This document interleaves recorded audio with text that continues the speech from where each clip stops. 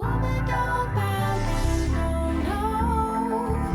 Don't let them silence you. Feminist, manifest, like a supreme. You are great to the wherever you've been. Your vision is better than anything you've seen. Just anywhere, linear, suffered and been grieved. Woman, don't bow down. Don't let them silence you.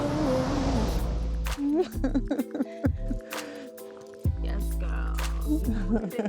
Good evening and welcome to our show. We are forward, fearless, and unapologetically feminist, a space where we don't just want to rattle the cage of patriarchy, but rather aim to smash it. Tonight, we'll look at the different ways in which patriarchy shows up in our day-to-day lives. All traditional cities have been built for men because of the traditional family structure. And we also talk about toxic masculinity and how it harms men. There's a crisis in manhood because they're trying to navigate their identity and trying to understand themselves, but also trying to navigate fighting the system that affects both themselves and women as well. You can also join us in our conversation by reaching out to us on our social media pages as seen at the bottom of our screen.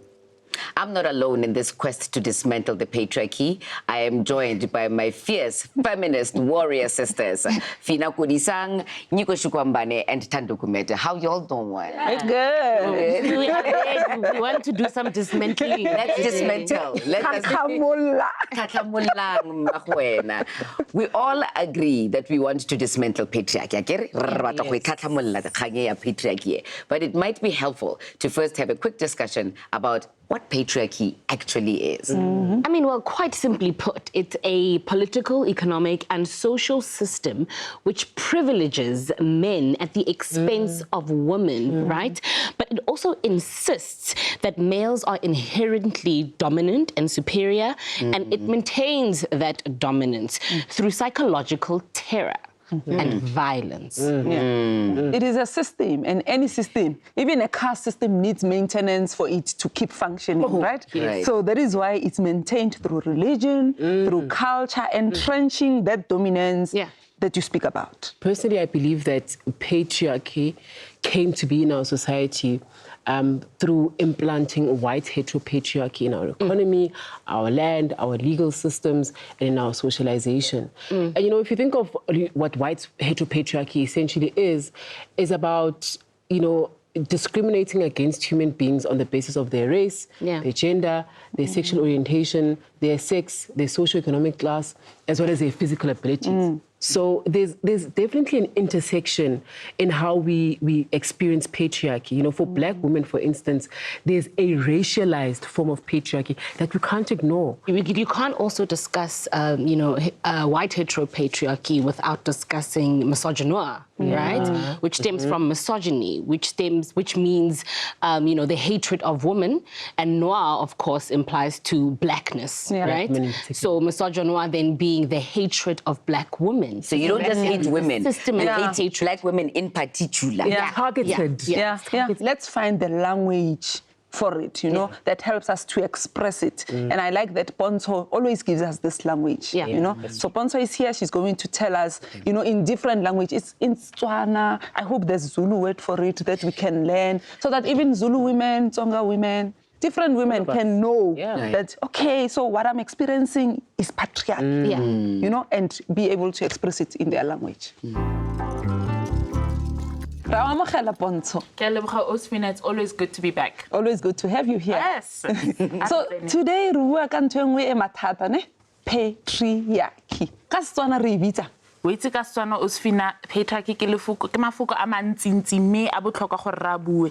Ha re ka bua patriarchy ke tsamaiso kakaretso ya setšhaba e fang banna marapo le matla a go busa le go kgatla ka basadi. But how has patriarchy manifested for you when When I was about 12 or 13 years old, ga ke fologa skofo. Ke tswa sekolong ne ke tsena sekolo very far from go gae. Ga ke fologa skofo. Ne gona le ntate mong o na nna gaufi le go gae. Ke godisitswe ke gore o dumedisa motho o mo lo mo o motho. Ke mo dumedise ntate a ge pa le kae a ge ngwana ungolele ne. That was like he said that every single time. Consistent. Ungolele. And in that 12, 13-year-old body, ke a gopola ke le very uncomfortable. Ke sa tlhaloganye man, ke tsitsibana mmele, ke sa tlhaloganye gore ntate o why a rialo o goreng ke se comfortable antare mafuko. And it only took me until I was in my early 20s to realize gore he was a predator. He wanted a way in. But because ne gona le this gut feeling mo mmeleng wa ka of gore fela ne ke sa tlwaela o itse re gotse ga o e ko malapeng a gona le malapa sa tsene ko. It was also patriarchy that told our parents that gore gona le dijarata tse dintso sa tseneng ko tsone. So that was the first incident ke gopolang gore patriarchy, or when I felt like a girl for the first time. Ke le munyane gore me being again boom back it can put me into danger. I worry about the quite psychological violence of fear. Peter, ke feta ko Park Station. Ka surroundiwa ke a group with lebandla, and all of them touching me on different parts of my body.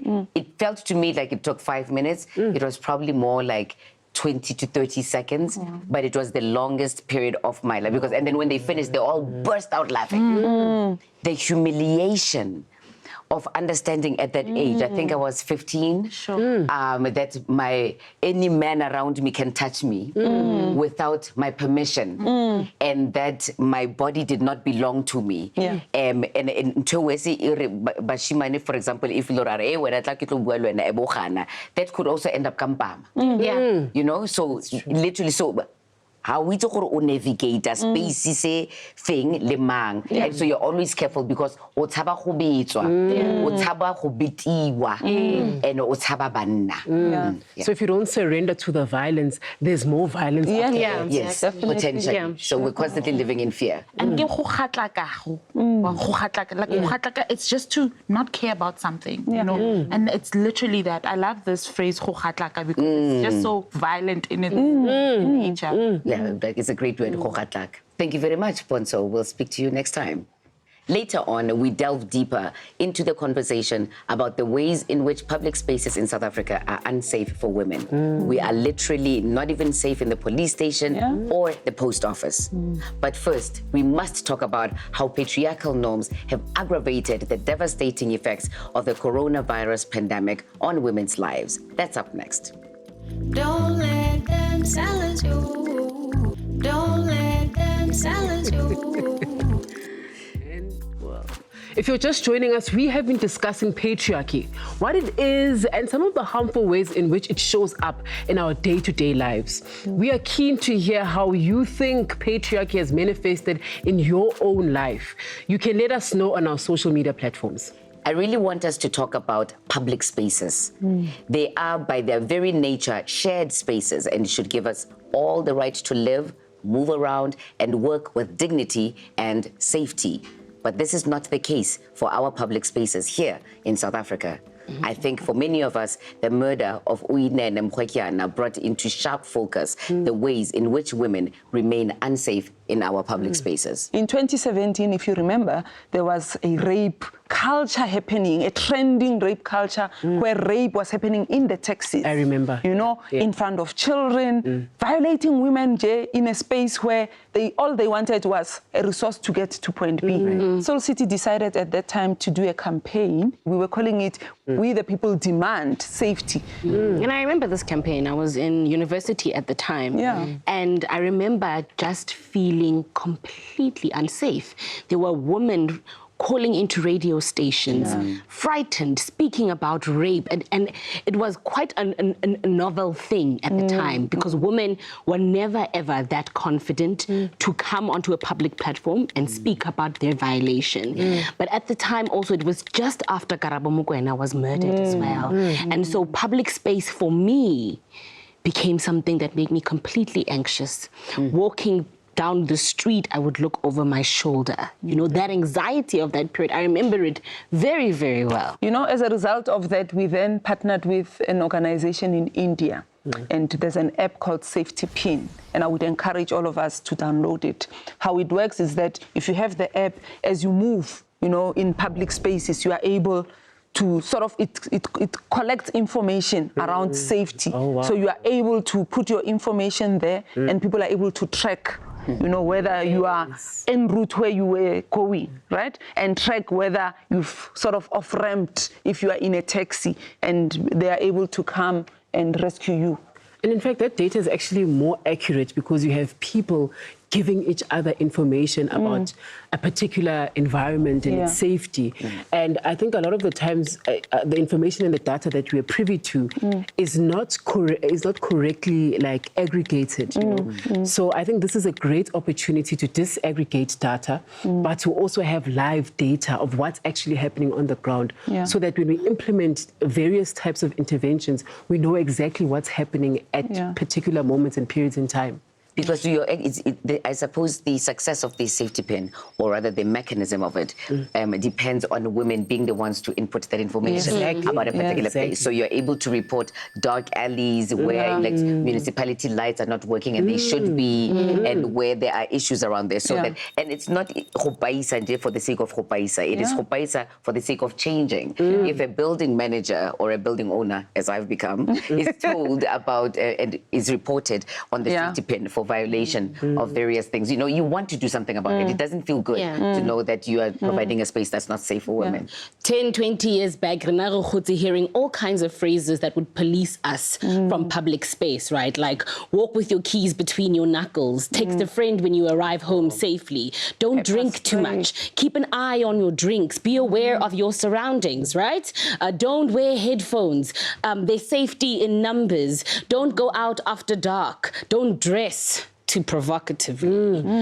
But these are just some of the advices that women receive on a daily. To discuss this further, please welcome Senior Research Associate for the Center of Social Change, Dr. Vashna Jagarnath.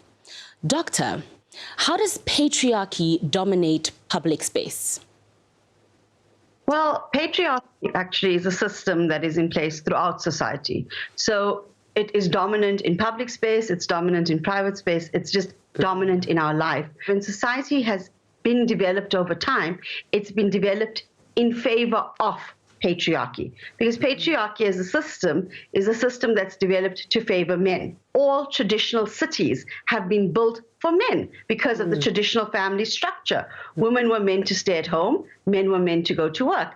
And if you look at that video, even those men who are working class, who don't have the means of productions in their hands, who don't own the city technically, they feel they own it. But the women are walking through that space very guardedly. Their body language is like, even if no one's touching them, is shying away from people. So you can see that even in the video. So absolutely, public spaces, city, your workspace, all of these spaces are deeply dominated by patriarchy.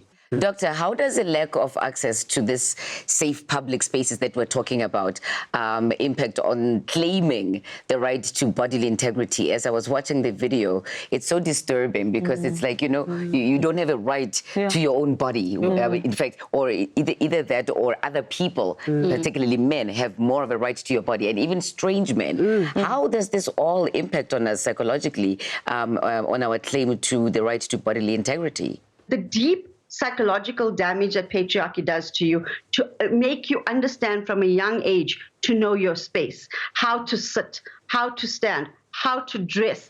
Don't show this, don't show that, don't eat this, don't speak too loudly. They even like, don't speak too loudly. Don't share your opinions, know where to stand, have respect, make your body smaller, make your whole self smaller. Within patriarchy, women's lives are limited. When they started talking about this 24 hours without men in the world, what would you do? on Twitter recently. And I remember thinking, I would go for a run at night. Right, you know, I'd go for a run at night alone. I'd be able to walk. I wouldn't have to check every window is locked. And mine went to public because I'm one of the few people who, right now in my life, is lucky enough to have a safe, intimate space. But then I thought about all those women who could then be at home and be safe. Rather sad, isn't it, Doctor, that, you know, we find ourselves in a country that is treating women and queer bodies in this way. But whose responsibility is it then to create these spaces, these public spaces, that they are safe, inclusive and accessible? And how do we get to that solution? How do we get to a point where we create that space? The responsibility has to be put onto the government, Yeah. because we have tasked them to keep us safe, to run our country well, to make sure that we have rights, our full human rights, actually. So it's their task to make sure that is happening. And if they don't do it, then it's our task to begin to hold them accountable. And there are a variety of things that they can do to make sure this happens. And it starts at school. So, for example, if you have a school where boys are taught not to catcall, not to think that they have a right to your body if you are standing next to them. Yeah. You know, if you begin to do that deep work on young men, then they won't grow up to do that. So it needs to start at the basis of education. And we as a society need to begin to hold men and the government and people who are powerful in society responsible. And this outrage that lasts only 5 minutes, and then we go back home and we forget about it because we then are more interested in other things, watching the Kardashians or something. Those are distractions. We need to do the hard work, and we need to do it every day. It's a task every day for women to map out how to do basic things in life, how to get food, how to get to work. If they have an abuser at home, how to live in their home with this abuser. So I think it's really, really a lot of work. And our society being so unequal, being highly racialized as well, and deeply, deeply divided by class, we have this issue, and we need to deal with it on all these levels. And we need to make sure that our state is dealing with it and properly. We don't need the president to come and give us some speech every now and then and tell us how bad he feels. We need him to actually make the changes. We need to make sure that there's street lighting, that there's safe spaces for people to go to, that as a young woman, if you go and report a rape case, you are not told to come back the next morning, for example, or made fun of, or mocked, or actually, in fact, attacked in that same station, police station that you went to report harassment. So I think those are some of the key things we have to begin to work on, and really with very much urgency. Yeah, clearly we have our work cut out for us, right? Thank you for joining us, Dr. Jagannath, and for sharing your insights.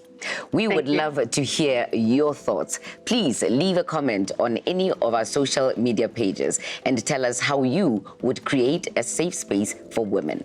Don't let them silence you. Don't let them silence you. Welcome back. Today we are talking about patriarchy and the different ways in which it shows up in everyday life. You know what another manifestation ya patriarchy is with gender parity when it comes to pay. Equally at all. It is 2020 and we still do not have widespread pay parity because we live in a world that assumes that men are more intelligent and more hardworking than women. There seems to be an unwritten rule that men automatically have more responsibilities, and so it is justifiable for them to earn more. Can you believe that? Yeah, and I think it reminds me of how Bafana and Banyana are being treated in this country, right?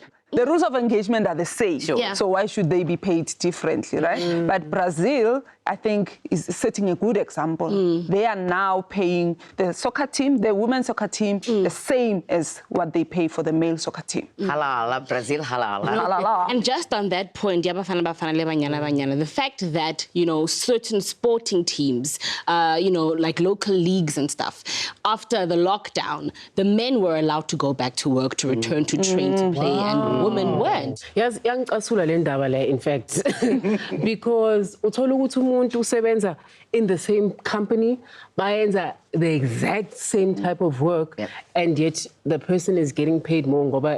Like, it just doesn't make any sense. I can tell you, definitely in the entertainment world, as television presenters, as radio presenters in particular, that the parity there is non-existent. Men are assumed to be better, and therefore get paid more. That's so hard. In fact, the statistics on the gender gap in work hours are unbelievable. So we've invited a scholar, ambassador, and feminist, Barbara Masekela, to join us now to really unpack the patriarchal status quo in so far as gender pay gap is concerned.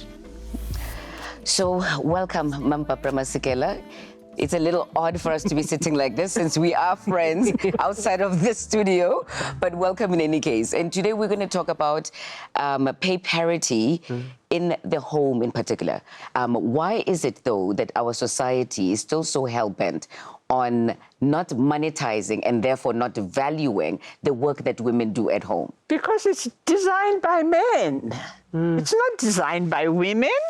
They've never, from traditional times to now, women have not designed statecraft type of work. It's men who have designed all of that. Do you think it's possible for us to actually have paid care work in the home? Do you think maybe there's some kind of a legitimate structure that we can put into place to facilitate that? I think that it would depend on unity of women, because I think that, especially in our country, we are faced not only with gender problems, but we are also faced with racially defined problems. Yes. It's about finding a way of engaging the women in Soweto, in Klipspruit, in Alexandra, as well as the women in the urban areas. And whatever we do in South Africa that we try to organize, there is always that apartheid spatial, the spatial apartheid which ensures that we cannot move together at the same time. And just to go back to your point on unity and apartheid spatial justice, what I noticed in for instance, the fight against GBV in different spaces is that we couldn't, as women of different racial groupings, come together. When we were in Cape Town, you found that, you'd have a particular race of women who would be fighting against gangsterism and other forms of, social issues, and then other races fighting, instead of us actually coming together and forming one united front. And, I mean, imagine if we could have one united front of women fighting against domestic related issues, fighting for paid care work in the home. And how do you organize women who are stay-at-home workers? Who work how do you go from house to house? It has to be done from a national legal, legislative But what, remember, when too frustrating though, so Constitution of South Africa is considered hey, kiona e top mo lefatsheng when it comes to the issues sabasadi, and yet reality for example 2 million women lost their jobs over the complications around COVID-19, which means that when you consider that 60 to 70% of households are headed by women that were in a difficult space. So how is it that our reality as women is so different than what you and other people who negotiated on our behalf? Why the disparity? Well, because you see, whatever it is, whether it's a political organization, whether you are in a negotiations commission, everything is designed by men. Even this thing, the template that you use is not a newly invented template. I mean, one of the things we did is that before we even negotiated, we went all over the world to find out about other constitutions and how they work. And those constitutions were designed by men, whether it's the English one or the American one or the German one, they are designed by men. So what I'm trying to say is that we have a fundamental problem And the fundamental problem is that we are trying to change things in an environment which has been designed for the privilege and advantage of men. Yes. And we are not dealing with the basics, you know. But that is our reality. So under the circumstances, then, we have to think, given that we had no choice in where we are, how do we then approach the problem? Do we approach it by demonizing men? I'm against demonizing men because I have 2 sons and I have nieces, I have nephews, I have grandsons, you know, I have all of that. I can't. You can't. I can't demonize men. Do we do it by holding on to our little positions? You have a little group in Area 8, I have a group in 12, somebody else has another little group.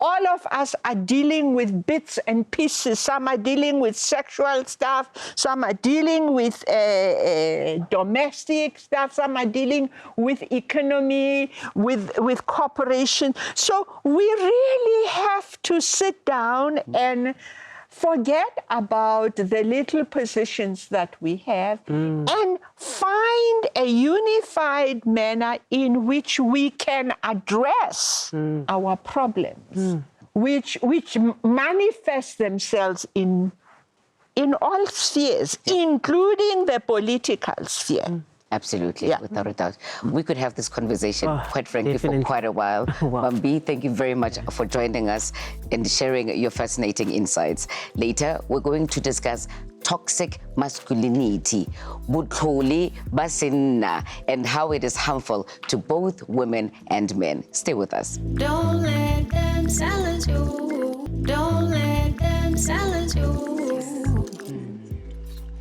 From a young age, men are socialized into harmful and toxic notions of manhood, which we see play out in all corners of our society, even in our schools. Our roving reporter, Nsako Mhlanga, spoke to a few young people about their experiences.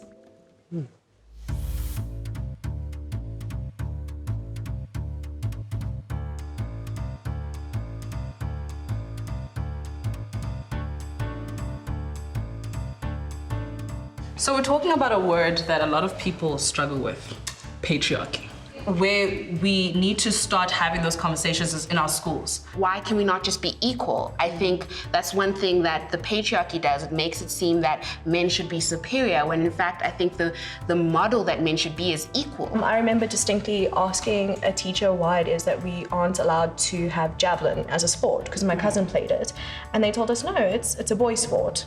Javelin is a boys' sport. And for me that was just like, okay, but why is there this distinction? You know, why are we taught, okay, cool, this is your role, this is your place. From that young of an age, you don't even know what patriarchy is and you're experiencing it.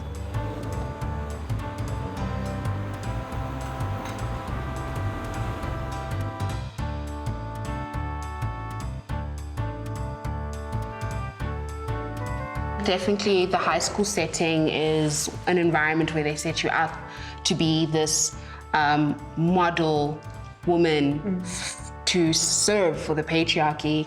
With the uniforms and everything around, like the certain length, the skirt had to be a certain length. And you had to go on your knees. Yes, measure it. And also just not being able to wear like tracksuit pants, just that restriction. I mean, at the time I didn't realize it, but then afterwards, after school, I was like, actually, that was quite problematic. The high school I went to, it also being a Catholic high school, you know, so we could never challenge the men in our lives. We also always had to be modest. We always had to be respectful.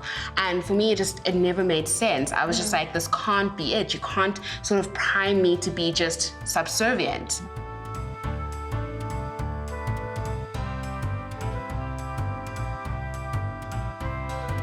I had this friend in high school, one of my very close friends. She broke her virginity, right? The mom found out that it was happening. The way they found out is like, so the guy would like took a selfie and then with her sleeping. And on top of that, there was a picture of the blood on the sheets, right? And what's crazy is that she dated him for 6 months after that. And that's where the problem is the fact that she saw nothing wrong with what had happened, with the pictures that were shared. You can't just say, oh, the onus is on girls' schools to prepare girls for what is out there. We also need to be addressing our young men. How do we have conversations like that? When I teach young boys, I always tell them that patriarchy in particular, the subset of patriarchy being toxic masculinity, doesn't give you a lot of free will in deciding who you want to be. Because you're told that you should be like this, you should be dominant, assertive, aggressive, you should excel in all these things, but if you choose to want to cook, if you choose to want to do other feminine things, then you're considered weak. You see, what does that do to your self-esteem? Then you see depression happening, then you see suicide in men. So essentially there's a crisis in masculinity, there's a crisis in manhood, because they're trying to navigate their identity and trying to understand themselves, but also trying to navigate fighting the system that affects both themselves and women as well. That there needs to be that open channel between the household and the schooling as well. So it mustn't be two separate entities. They need to be interlinked and they need to work together. Also just identifying the problems and also correcting them, because most times they are identified and then they're just hidden, and there's no way forward without correction. By saying that, you know what, when I do have a girl child or if I do have a boy child, I'm giving them the equal set amount of responsibilities that are not gendered. The thing is, schools are microcosms of society. And so we have to make sure that we are sort of creating young children that know themselves rather than expecting to live up to what society wants them to be. I'm laughing not because what they are saying is a joke, but I find it rather amazing that 20 years ago when I was a teenager, the same things could have been said, So you wonder, does it mean that we are not moving? We live in a society where things are not changing? Listen, I was a teenager 40 years ago, okay? I'm the ancestor at this table. And that was still happening with us. You know what, Shina Khomotsonyeko, I'm so happy that we're having this conversation. A lot of the socialization, a lot of toxic socialization, toxic masculinity and toxic femininity are taught to children at schools. And I think even the death this year of young children like Enoch Mpianzi is a very good example of us normalizing things like toxic initiations into manhood, things like ontgroening, which is the Afrikaans version of hazing and initiation of boy children especially. And you talk about schools and what is happening there, but I worry also about it's happening at home. Before these kids go to school, because schools are not the only place where they socialize. The first place where we socialize our young men and women is in the household. By watching and imitating us as the parents, they're basically passing on the toxic masculinity. And we as women also sometimes pass on that toxic masculinity by enforcing different rules for the different genders. And then it becomes a peer thing, right? It becomes a group thing where boys and girls of the same age then start grooming each other, in toxic masculinity. Research has shown that young men are predominantly both the perpetrators as well as the victims of violence. And this has been directly linked to toxic masculinity. Now, what this tells us is that how masculinity is constructed currently puts not just women in danger, but men as well. Now, there is no better person to discuss this issue with than our mental health ally, Professor Kopano Ratele. It's time for Allies Corner. Welcome, Professor Kopano Ratele, and re lebogela motsotsonyana o re fang ona. Thank you very much for having me. Can you just tell us briefly what toxic masculinity is and how that manifests in the daily lives of men? There are certain things that men do, that we do, and that are supported by structures in history, such as that men have to be tough, have to be violent, have to not complain about pain. And this leads to what you have called and what has been called in popular literature, toxic masculinity, meaning problematic behaviors and ideas and beliefs about what it is to be a boy, and a boy then has to be strong, has to suppress pain and the rest of it.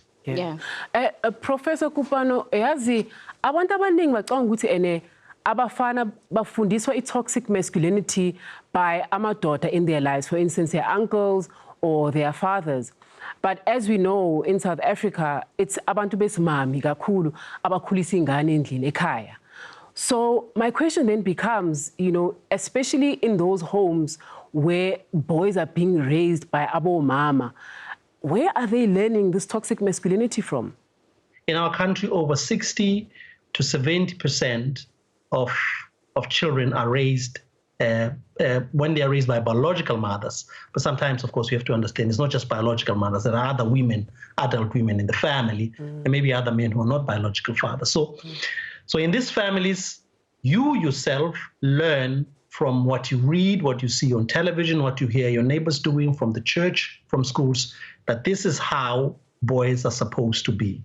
That boys are not supposed to do certain things, and they're supposed to do other things that we already mentioned. So you have what you might call then patriarchal women. And this is supported by research and theory, that women also can be patriarchal. And particularly, you could even have in a society where, although it is against women, patriarchy suppresses and oppresses women, even though it is against them, they still support it. They support it because this is what they know.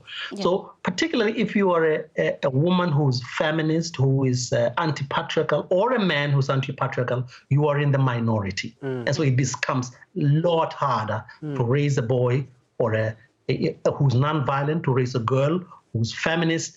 And clearly, because the hegemonic, meaning the dominant form of understanding gender, and particularly understanding men, is a patriarchal way of understanding that gender. Prof, I have observed that men are actually afraid of one another. And when I read the research on the high levels of violence among men, I began to get the idea of where exactly that might be coming from. Would you say hore banna ba tshabana vele ne? Well, this is partly true because the rates of homicide in South Africa show you that, well, at some point the numbers were, for every one woman killed in South Africa, there are about 5 to 6 men killed by other men, of course.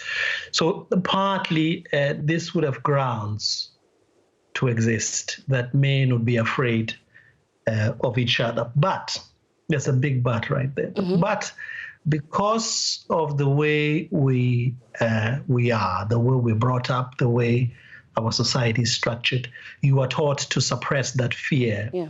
A friend of mine said this a long time ago, a well-known person, I will not mention his name, but personally, if I'm walking at night, right now, in my age, and I see a group of men walking towards me, I cross the road because particularly when men are in groups, the likelihood of violence in my country is rather high. So there is some fear, unless, of course, you are trained, you are nurtured, which is a bad word to use right now. You are socialized into suppressing the fear. Yeah. Thank you so much for joining us and for sharing your insights with us, Dr. Radele. You're welcome.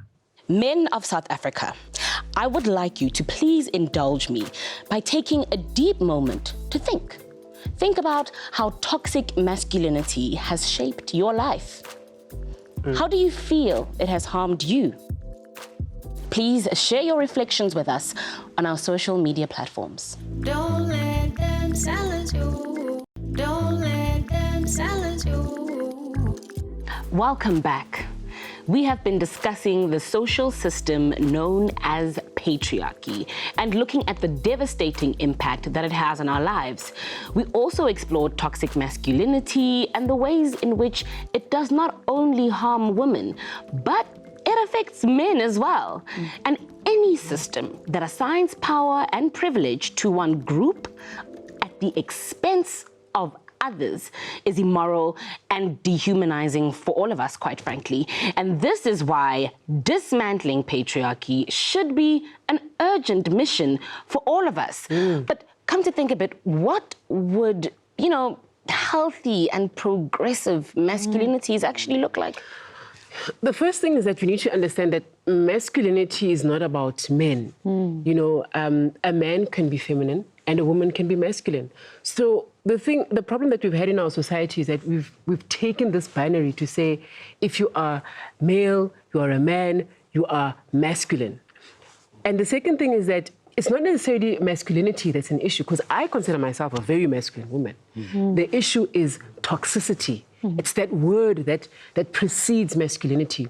Toxicity is about creating unfair biases and privileges because of how you look, because of your behavior, and because of the historical context that we've been discussing in the show already.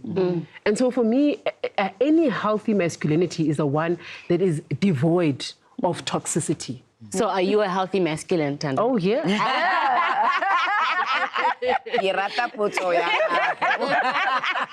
Because by the same logic, it doesn't mean ka gore motho wa mosadi o motho o siameng. Yeah. But if you understood what you are saying, it will liberate men. They can freely cry if they feel like doing it. La baby, la man. Lena, I like soft masculinity.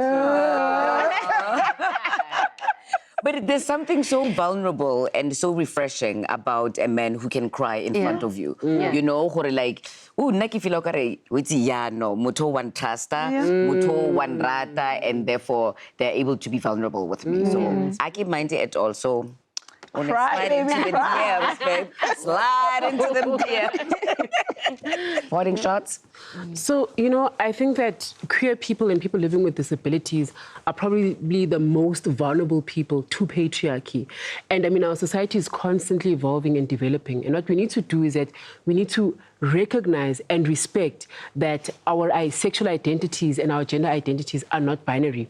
We also need to respect that our abilities are not the same and that we exist on a spectrum of abilities. It is unacceptable for our public toilets to have free condoms, even in women's bathrooms, but not have free sanitary pads and not have dental dams and femidoms and finger doms to enable healthy queer sex or to enable women to take control of their sexual experiences. So as we move on and as we develop, let's remember that we don't just exist as one universal type of human being. Yeah, on the subject matter of toilets, we know one example for me of patriarchy, if people still don't know what we are talking about, you know, is the smell of urine in public. You know, the smell of male urine, the stench, the perfume of patriarchy, I call it, you know? And the idea that it's one gender, right, that has so much access to public space that they can relieve themselves in public. You know, and for ourselves as women, you know, we don't have enough public toilets. They just aren't there. We have to hide. And we have to carry ourselves all the way home before we can relieve ourselves. And that is just my final thought there. For me, I think we need political will. You know, we need reform in policies, we need reform in the curriculum that we teach in the schools, you know, for boys and girls to learn of feminism, patriarchy, toxic masculinity, all these things from a young age to understand. We spoke about how the home can also be problematic, right? So we need to make sure that spaces are created where we teach, where we are in dialogue, constant dialogue, to change, because there's a lot of unlearning that we need to do. Habits are learned, which means that they can be unlearned. It is impossible to not feel and enjoy privilege because it feels good, but it is always at somebody else's expense. Why are we even having this conversation? Because the truth is that the average South African man enjoys every single privilege over Black women that patriarchy affords them. And not only can you get away with it, you're kind of expected to. The war on women is real. If you're not a part of the solution, you might just be a part of the problem. Here's what we have coming for you next week. Ayanda sana lam. Siyakwamkela kulusapho lwethu. Ungowethu ngoku. Ususala namhlanje ke siza kunika igama elitsha ozawubizwa ngalo. Igama lakho elitsha izaba nguRudzani. Rudzani ngwananga, achitata khani na mirado ya hoyu muta. Ndikoria si boardroom apa ngwananga. Ndiatenda uri ompfa. Gare atla go tshameka fa. E se khale re solofetse le sia le lentse le taboga ka maotunyana fa. Kana bana ke le ruo la legae. Ke solofela ga ke utlwagetse.